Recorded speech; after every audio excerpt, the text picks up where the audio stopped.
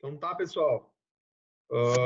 Boa noite a todos. Então, hoje, para a aula, a gente vai ter, num primeiro momento, a correção dos exercícios da última aula e, posteriormente, a gente vai ter a apresentação do conteúdo relativo à função perda quadrática, tá?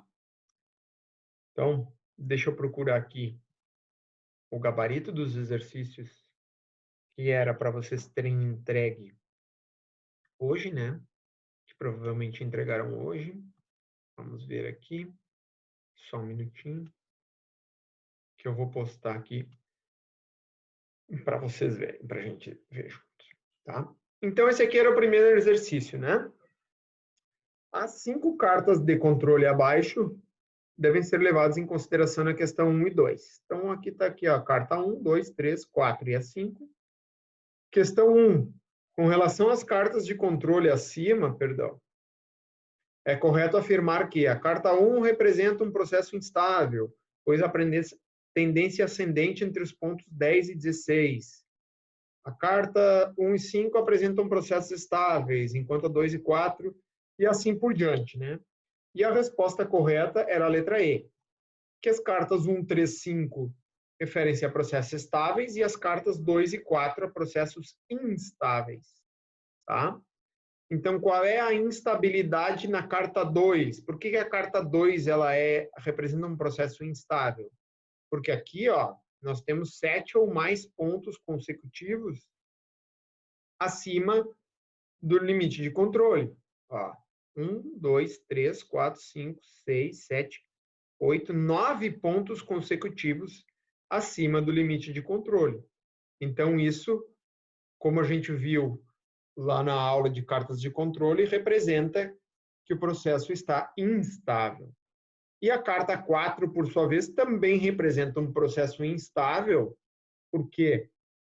Porque ela apresenta uma tendência decrescente aqui de 7 ou mais pontos, ó, consecutivos em tendência. 1, 2, 3, 4, 5, 6, 7, 8. Então, tem 7 ou mais pontos aqui em tendência descendente, tá? E as outras cartas, por sua vez, não. Pessoal, o que é bem importante mostrar para vocês que alguns de vocês nos exercícios colocaram que cartas tipo essa aqui, o processo não é instável, pois ele apresenta grande variabilidade. Pessoal, sim, aqui ele tem grande variabilidade, mas essa variabilidade, ela está dentro dos limites, ó. E ela é um ponto para cima, um ponto para baixo, um ponto para cima, um ponto para baixo. Isso aqui seria uma situação praticamente ideal. Claro, é evidente, a situação ideal seria zero variação, mas a gente sabe que é impossível, né? Porém, quando eu tenho um ponto para cima, um para baixo, um para cima, um para baixo, um para cima, um para baixo, é muito melhor do que essa situação aqui, por exemplo, onde eu olhando a carta, ela parece mais estável do que essa sequência aqui, porém não, a gente vê que aqui tem uma tendência de pontos acima do limite. Essa tendência pode me levar a ter pontos fora, tá? Então, cuidem com isso aí. A gente tem que julgar, às vezes, não só olhando a carta. Essa carta aqui também não tem uma tendência, uma grande variação para cima e para baixo. Ela, daqui a pouco, nos induz a dizer, não, mas aqui varia bem mais do que aqui. Então, se aqui varia bem mais do que aqui, esse aqui é instável e esse é estável. Não, justamente o contrário. Esse aqui, por não variar, ele tem uma tendência, tá? E aqui a questão 2, com relação às cartas, quais instabilidades podem ser percebidas, né? Então, é pontos consecutivos acima da linha e tendência ascendente. Essa aqui, quais a instabilidade? Então, essa aqui a instabilidade é pontos consecutivos à linha. E essa aqui, tendência decrescente. Barbada esse aqui, né? Quem é que ficou com dúvida, pessoal? Podem perguntar aí. Ficaram com alguma dúvida nesse aí? Alguém tem alguma dúvida que queira colocar aqui? Podemos ir para o próximo exercício, que é de calcular? Tá, entendo dúvida, perguntem aí, interrompam ou façam uma pergunta via chat. Tá? Então, o enunciado a seguir deve ser levado em conta para as questões 3, 4 e 5. Em uma linha de montagem de um aquecedor a óleo residencial, uma característica importante de qualidade é a resistência do aquecedor. A resistência nominal para garantir o correto funcionamento, sem colocar em risco o usuário e conseguir o aquecimento desejado, é 400 mais ou menos 20 ohms. Deseja-se iniciar um processo de controle estatístico de processos para a fabricação desse aquecedor. Para isso, o engenheiro da qualidade coletou 10 amostras de tamanho N igual a 5 e construiu a tabela abaixo. Tá? Então, aqui, pessoal, com base nos dados acima, pode-se afirmar que o processo é estável, com limites de controle superior da carta de média com esses valores. Então, o que a gente tem que fazer aqui? Fazer o cálculo dos limites e desenhar a carta. Tá? Que é isso aqui. Vou mostrar para vocês agora. Tá? Então, questão 13 e 4. Aqui está a tabela, certo? Tá? Aqui eu recebi o aviso que a reunião vai terminar em 10 minutos, mas aí, como de costume, a gente volta, tá? Então, aqui está a tabela, tá? Coletas de 1 até 10. O que eu fiz aqui? Eu só coloquei aqui em linha para ficar mais fácil depois de construir a carta, tá? É só essa tabela que ela está em forma de colunas, eu só passei ela para a forma de linhas, para ficar mais fácil de eu construir a carta depois, tá? Mas poderia ser feito também em forma de linhas, sem problema. Ó, ia ser aqui média, aqui, tá? Ó. Poderia ser feito assim também, não mudei nada. Mas eu fiz essa tabelinha auxiliar para depois construir as cartas. Então, o que a questão está me dizendo? Fiz a média das médias, média das amplitudes, calculei os limites da carta de média, limite superior 405,77 e limite inferior 394,23. E construir a carta. Analisando a carta, a gente percebe que esse processo é um processo estável. Não tem nenhum ponto fora dos limites, tá?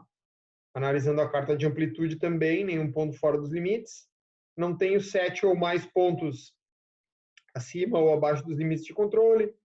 Tenho aqui uma tendência descendente, mas com apenas 4 pontos, e a gente viu lá na aula de cartas de controle que tem que ser 7 pontos no mínimo, tá? Então, concluo aqui que o processo é estável. Sendo o processo estável, se a gente voltar aqui no gabarito, eu já posso tirar todas as afirmações que me dizem que o processo é instável. Essas aqui já estão fora, essas duas primeiras, tá? Então, eu fico com essas 3. Limites superior e inferior da carta de média, 406 e 400.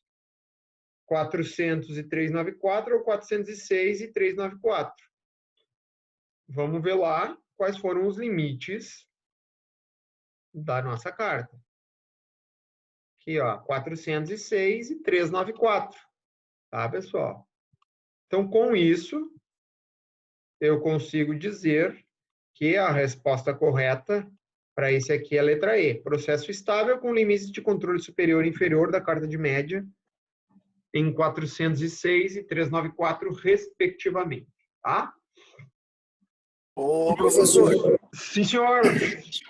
nessa questão aí eu só não fiz a carta para mostrar o controle, mas devido às alternativas ali, que a maioria era estável, e os valores de 406 a 394, eu marquei também aí. Só não apareceu a carta, mas os cálculos todos eu fiz. Então, é que ele não pedia para eu demonstrar a carta, né? Mas É e como é que verdade, tu sabe dizer se é estável ou só dá- instável sem olhar a carta? Porque olha só, o teu limite lá é de 406 a 394, né? Foi calculado. E as Tá? únicas duas questões que tem esse valor, É a B e uma a é E. instável e o outro é estável. Isso, tu ficou entre a B e a E, né? Isso. E como é que tu E sabe aí que era B e não é eu E? sabia que era E porque não era um processo instável. Eu só não demonstrei a carta, mas eu fiz todos os cálculos. Tá, mas O como é que tu não sabe dizer deixava se ele é claro instável? qual carta tem que mostrar. Só não pediu, só não botei a carta. Mas eu, Não, como eu tinha os outros exercícios, eu joguei os valores lá e demonstrou que era um processo estável. Por isso que eu não não, tudo botei a bem, carta. Eu mas achei que não havia necessidade. a minha pergunta é, sem olhar para a carta, tu não consegue dizer se o processo é estável ou instável. Não, sim, eu só não coloquei a carta junto. Eu usei um outro exercício que a gente tinha feito anteriormente e coloquei os valores lá. Por isso que eu vi que era um processo estável. Senão eu não poderia chutar estável ou instável, né? Eu teria que ver na carta. Foi isso que eu fiz. Eu só não coloquei a carta no No teu cálculo que arquivo não estava Excel. pedindo. Achei que ia ficar muito poluído. Tudo bem, tu fez um arquivo paralelo, digamos assim, viu que era Isso, estável. isso. Eu só não enviei junto. Não, tudo bem. A gente vai ver caso a caso depois. Por exemplo, o problema não pedia a carta das amplitudes ali, né? Então eu fiz só das médias e eu já vi que o processo era estável e pronto. Mas e se a carta de amplitude desse um ponto fora? Isso aí, boa pergunta, Daniel. Porque assim, ó, para tu dizer se um processo é estável ou instável, tu tem que olhar as duas cartas, tanto a de média quanto a de amplitude, tá? Sim, ok, Então, assim, tudo ó, tu bem. não tem Como o como, problema não pediu, sem eu acabei não construir a fazendo. carta de amplitude, as afirmativas, construir a carta de amplitude está escrito, tá implícito aqui dentro, ó. Para tu dizer se o processo é estável ou instável, tu tem que fazer as duas cartas, senão tu não consegue afirmar sobre o processo. Senão Uhum. não teria as amplitudes aqui. Então, tudo Claro, bem. para Como o falar do problema início não também pediu, da eu carta. acabei não fazendo mesmo. Ok. Oi? Como é que é? Não, como o problema em si não pedia as duas cartas, eu fiz uma delas e acabei não fazendo da amplitude. Ok, tudo Não, bem, se precisava, ok. beleza, é assim, ó. O problema não pediu nada, mas para tu dizer se é estável ou instável, tu tem que fazer a carta de amplitude. É isso que eu estou querendo deixar claro aqui, tá? Não, Tu não entendi, consegue entendi. dizer se um processo é instável ou estável sem olhar as duas cartas. Entendi. Pode acontecer, então, por exemplo, da amplitude estar fora e o outro está dentro. Sim, muitas vezes. Ok, ok, Super tudo bem. comum. Mas correções, tá? Eu considero bastante coisa, tá? Então, bastante coisa vai ser considerada, tá? Não. Beleza. Quem já teve aula comigo viu que eu procuro ver o raciocínio por trás do que tentou colocar. Mas, enfim, em resumo, para tu dizer se o processo é estável ou instável, tem que construir a carta, as duas, tá? Vamos seguir o baile para a questão 4 e aí a gente Ô, encerra isso. professor, Sim, senhor. só uma dúvida rapidinho. Na 1 e 2 ali, tu marcou a A como certa? Não. Na questão 1, a letra E, e na questão 2, a letra A, Ah, tá, entendi. tá? É que eu não Depois tu dá passei uma aqui, tá bom. olhadinha lá no vídeo do YouTube, tem lá a explicação mais detalhada, tá? Tá, beleza. Porque aí nós já passamos disso aqui, senão não vai dar tempo para terminar essa questão 4 aqui, tá? Aqui, então, quanto aos índices CP e CPK, podemos afirmar que CP e CPK 1.55, 1.55, processo efetivamente capaz e centrado, ou as outras alternativas, né? Deixa eu mostrar os cálculos para vocês. Tá? Então, aqui, o meu desvio padrão, eu calculei por aquela formulinha lá. A média das amplitudes dividido pelo índice D2. Tá?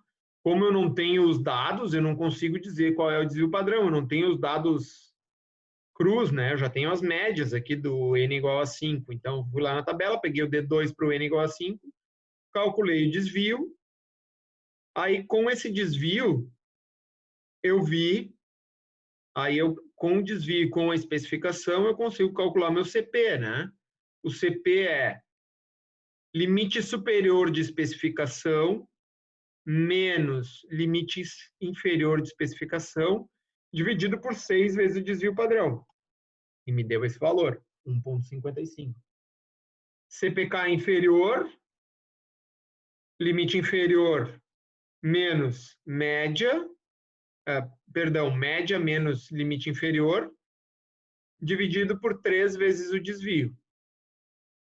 E o CPK superior, limite superior menos média, dividido por 3 vezes o desvio. Logo, concluímos que